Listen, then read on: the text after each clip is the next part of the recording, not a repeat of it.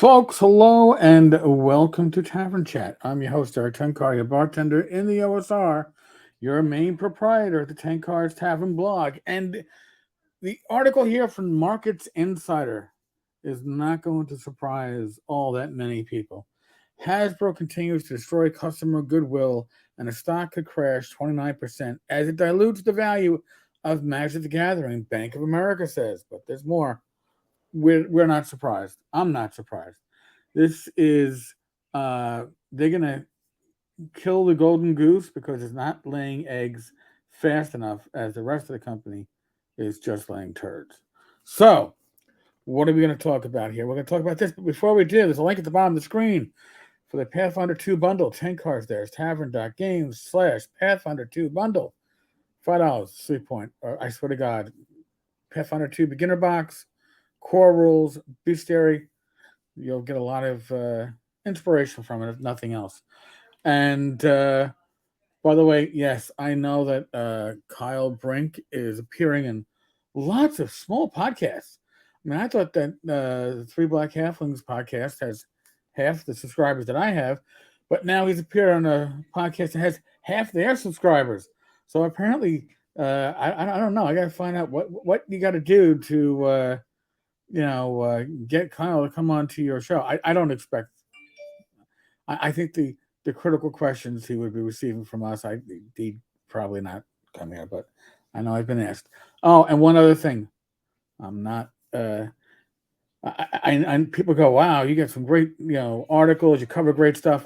That's because I have a great community. Okay, articles like this I get sent by PMs via Facebook, Discord, emails.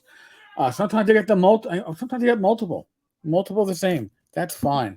I don't generally mention who sent them to me because I'm going to leave somebody out if I do that.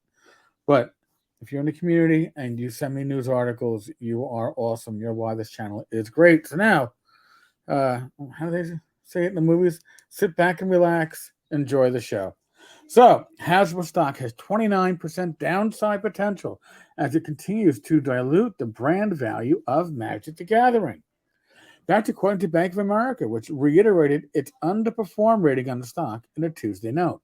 Within its Wizard segment, Hasbro continues to destroy customer goodwill by trying to over-monetize its brands. We've known that, right?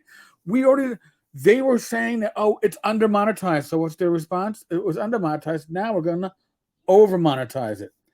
Hasbro continues to dilute the brand value of its popular Magic the Gathering card game, according to a Tuesday note from Bank of America, which said the company faces a steep decline in its share price as it continues to destroy customer goodwill. The bank reiterated its underperform rating for Hasbro and its $42 price target, which represents potential downside of 29% from current levels. In November, Bank of America warned that Hasbro was killing its golden goose by over-monetizing Magic the Gathering. According to Bank of America, Hasbro continues to over-monetize the brands within its Wizard segment, which includes Magic the Gathering and Dungeons and Dragons. Wizard segment, Hasbro continues to destroy customer goodwill by trying to over-monetize its brands. The bank said that while it pre-announced negative earnings, the stock is still not de-risked, giving a host of outstanding issues. Mainly, Hasbro is attempting to squeeze out as much profit as possible from its Wizards products in the short term without any thought as to long-term durability of its brands. And the over-monetization is irking customers. We remain especially cautious on Hasbro's Wizards segment, given its over-monetization of Magic. Wizards recently tried a similar tactic with D&D, proposing changes to its licensing agreement, which led to substantial pushback from the community, including calls to boycott the D&D movie, Bank of America explained. Hasbro wanted to change its 20-year-old open game license for D&D in a bid to boost revenue ahead of an upcoming movie release based on a game. The specific changes would have required independent publishers and content creators to report financial data directly to Hasbro. Why was that? Because they wanted to know the market trends. They wanted the insights. They wanted to know what's hot, where should we be moving ourselves to.